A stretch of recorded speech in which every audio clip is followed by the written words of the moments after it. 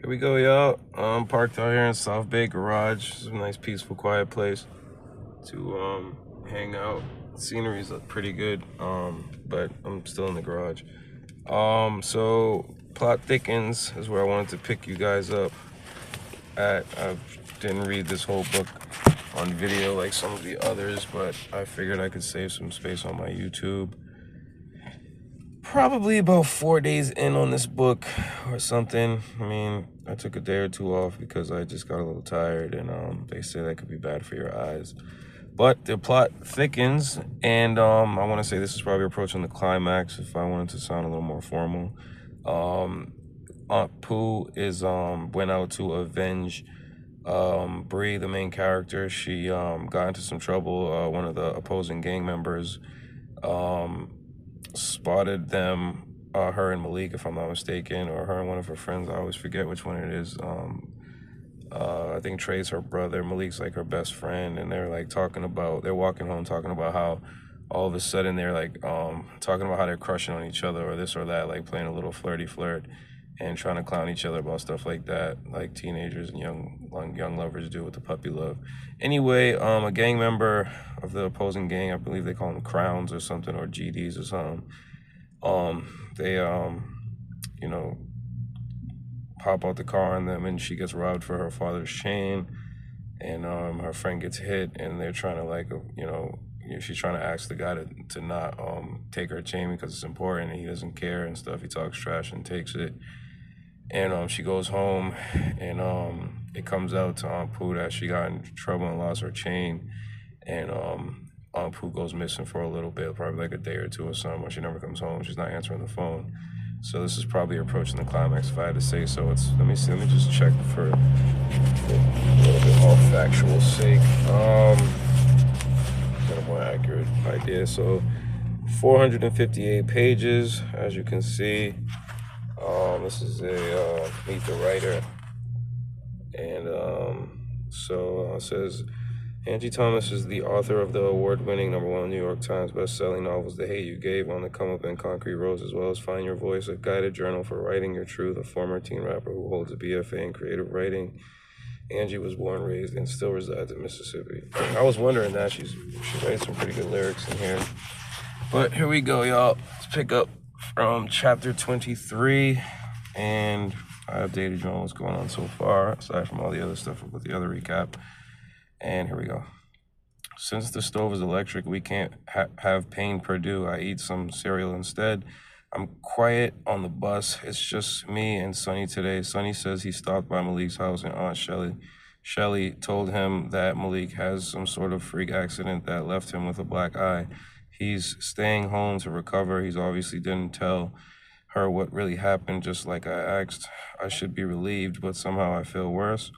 Malik never stays home from school, so either his eye is really bad or he's so shaken up that he needs a day.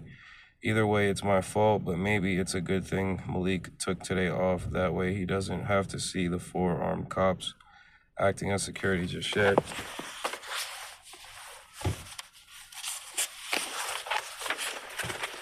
Sorry about the page turning. Let's see.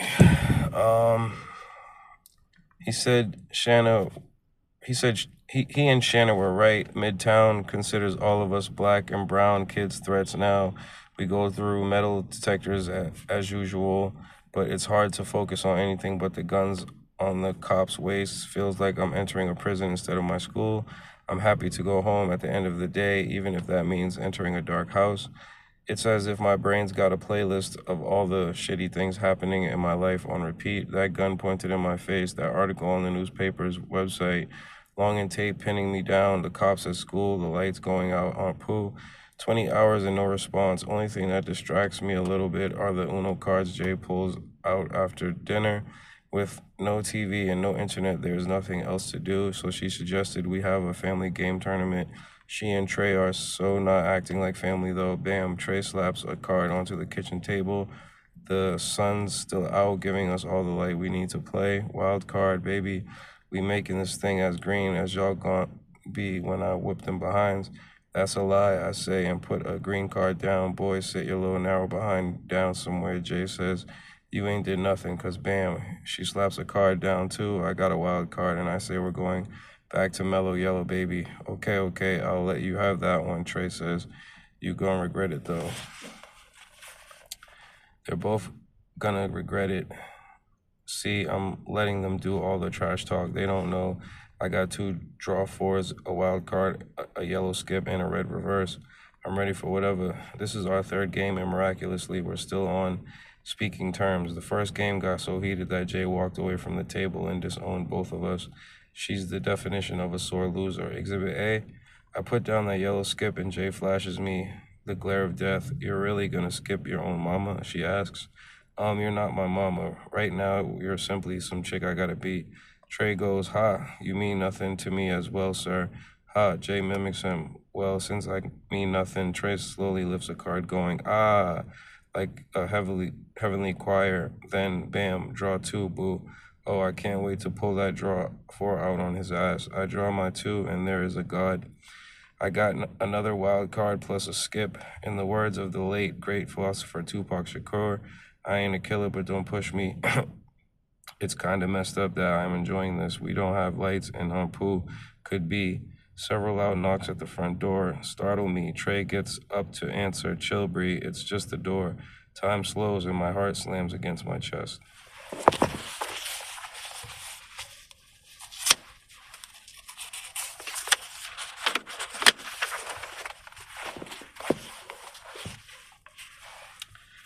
Here we go. Shit, Trey hisses. I'm gonna puke. Who is it? Jay asks. Grandma and Granddad, he says. Thank God, but my mom goes, damn it. She holds her brow. Let them in, Trey. The door has barely creaked open when Grandma says, where in the world y'all been? She lets herself in the house, peeking in every room like she's looking for something, sniffing, knowing Grandma she's searching for drugs. Granddad lumbers into the kitchen behind Trey. He and Grandma wear matching Adidas tracksuits.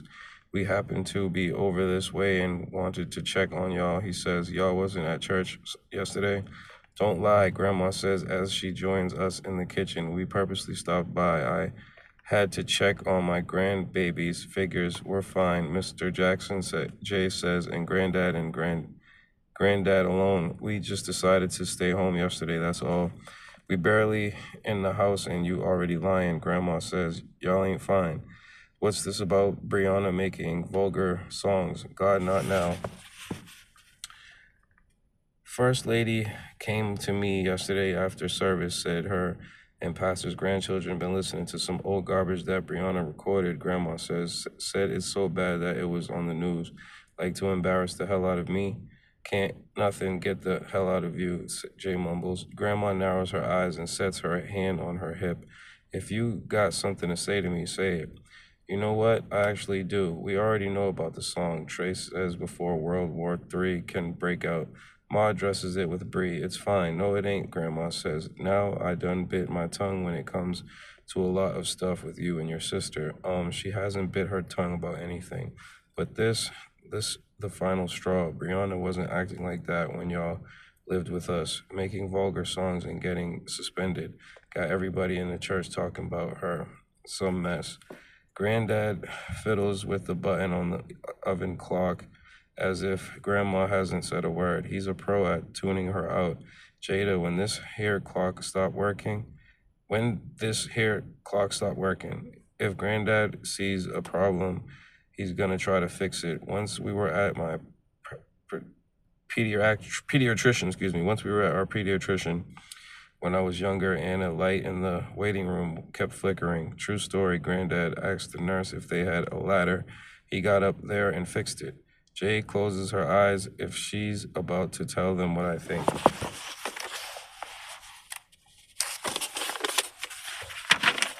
Not a bad book, right? Ladies and gents, she's about to tell them, let me focus the camera, I'm reading through the camera. She's about to tell them we're about to have a blow up. The lights are off, Mr. Jackson. What? Grandma shrieks. What your lights doing off, says Granddad. It's that box, ain't it? I've been saying it need to be replaced. No, Jay says. They were turned off by the electric company. We're behind on a payment. There's a moment of calm before the storm. I knew something was going on. Grandma insists. Geraldine said her daughter thought she saw you come into the welfare office where she works. That was you, wasn't it? Lord, Miss Geraldine, Grandma's best friend and partner in gossip. Grandma says Geraldine said almost as much as she breathes. Yes, it was me, Jay admits. I applied for food stamps. Now, Jada, you could have asked for us for help, Granddad says. How many times I gotta tell you that? I've got it under control, Trey says. Boy, you ain't got nothing under control, says Granddad. You ain't got lights. Grandma puts her hand, that's it, I done had enough, Brianna and Trey coming home with us. Trey raises his eyebrows. I'm high, I'm 22, how are you? I don't care how old you are, you and Bree don't need to be suffering like this. Suffering, Jay says. They have shelter, clothes. I made sure they have food, but they ain't got lights, Grandma says. What kind of mother are? The worst thing I've done is become poor, Mrs. Jackson. Jay's loud, rough, seems like her voice is using every inch of her body. The worst thing, she says. That's it, excuse me, because I have the audacity to be poor. Trey touches her shoulder. Ma, you think I want my baby sitting in the dark? I'm trying, Mrs. Jackson. I go on interviews. I withdrew from school so these kids could have food. I begged the church not to let me go. I'm sorry if it's not enough for you, but good Lord, I'm trying. You know, lights being off isn't the worst thing, as far as the struggles of the book, like as far as how they make it happen. But that was another thing I forgot to mention, was somebody was getting let go by the church, or they do that in this book, in their like in their setting, they let people go if they're like messing up too bad. And there was this other thing that was cool. I can't remember exactly what it's called. It's called pop churches something. It's like this cool word they have for they said it's like when you get Popeye's chicken and you go to Cane's for like the sauce or something, and one other place, Churches, I think, for like the biscuits or something like that. Let me try to see if I can find it really quickly. I probably can't find it that quickly. It's somewhere in the beginning. Let me see. I know it's probably in like the first couple of chapters if I can remember quick enough. While I'm here, I don't want to run the tape too long. We're only at 12 minutes, so that's not too bad. What is it? I should be able to see it. It's even spelled like in a funny way that I should be able to find it quickly.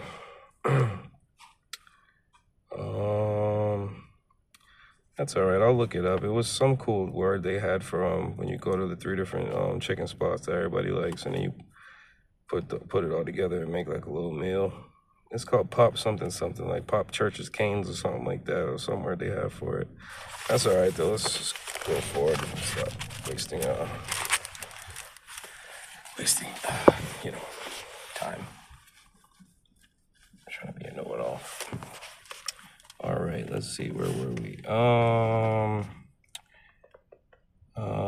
Grandma straightens up. I just think they deserve better. Well, that's one thing we actually agree on, says Jay. Then they ought to come live with us, Grandma says. Trey puts his hands up. No, Grandma, I'm staying here. I'm not gonna be the rope in this tug of war of yours anymore. I ain't ever gonna apologize for fighting for my son's babies, Grandma says. If you want to stay here, that's on you. I ain't gonna force you, Lawrence, but Brianna's coming with us. Hold on now, Louise, Granddad says. The girl old enough to decide for herself, too. A little bit what you want. I want food, I want lights, I want guarantees. There's this look in my mom's eyes that I've seen before.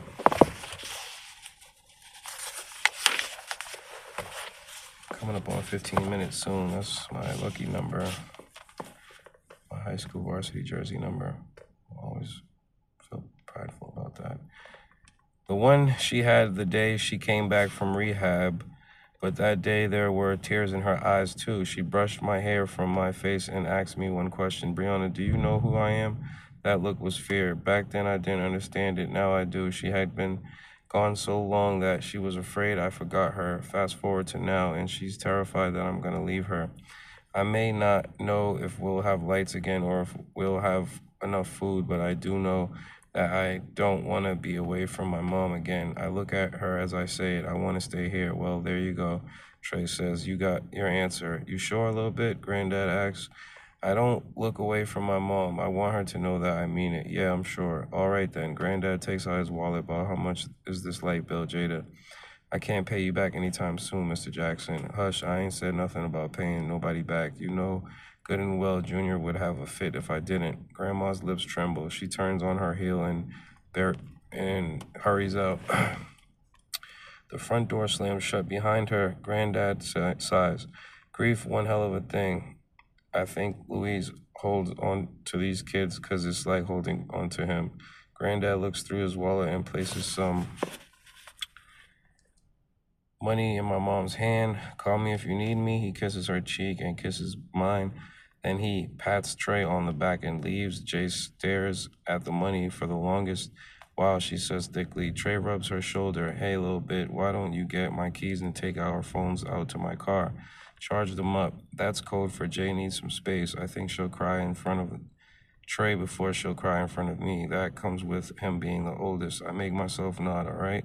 I go out and crank his Honda up. Trey's got one of those chargers that'll handle multiple phones at once. I hook his and Jay's up. Just as I pick up mine, it rings. Damn, it's not Aunt Pooh. Instead, Supreme's name appears on the screen. I try not to sound too disappointed as I answer on the speaker. Hey, Supreme. I believe Supreme's the guy that's trying to sign Brianna and take it to the next level. What up, baby girl? He says, I got big news. Oh, yeah, I may not sound disappointed, but I can't make myself sound upbeat either. Unless Supreme is about to tell me he's got a deal for me, nothing can amp me up, and even that can't save Aunt Pooh. Hell yeah, Hype wants you to come on his show next Saturday. Supreme says he saw the petition and the news story and wants to give you a chance to speak.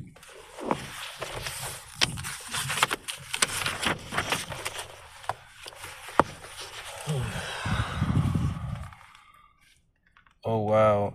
See, DJ Hype is more than just the DJ at the ring. The ring is where they battle. Okay. Oh, wow. See, DJ Hype is more than just the DJ at the ring. He's a radio legend. I don't think there's a hip-hop head in the world who hasn't heard of Hype's Hot Hour on Hot 105. The show plays live around the country, and all the interviews end up on his YouTube channel. Some of them even go viral, but that's usually only if a rapper acts a fool. But Hype's known to push the right buttons to make folks act a fool. Yeah, of course, he'll want to talk about the ring incident, the Instagram video, even that little music video you put up yesterday. Supreme chuckles. It's creative, I'll give you that. Damn, I forgot about that too. Wait, why'd he call it little music video though? As if there's not much to it. That video is supposed to explain the song. Let the song speak for itself, he says, but people were saying, look, we'll get into all that later, he says. This is a big opportunity, all right? I'm talking life-changing shit. It's gonna put you in front of an even bigger audience. Only thing I need is for you to be ready, all right? I stare at the last text I sent. Aunt Pooh, how can I be ready for anything when I know nothing about her? I force the words out. I'll be ready. Pretty cool, huh?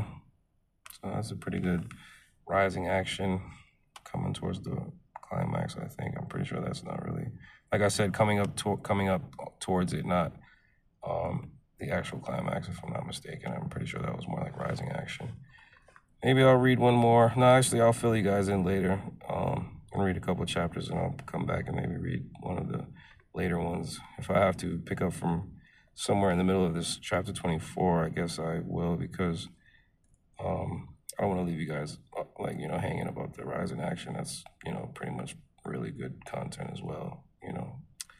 So all right, let's hopefully have a couple more good chapters before this book is closed.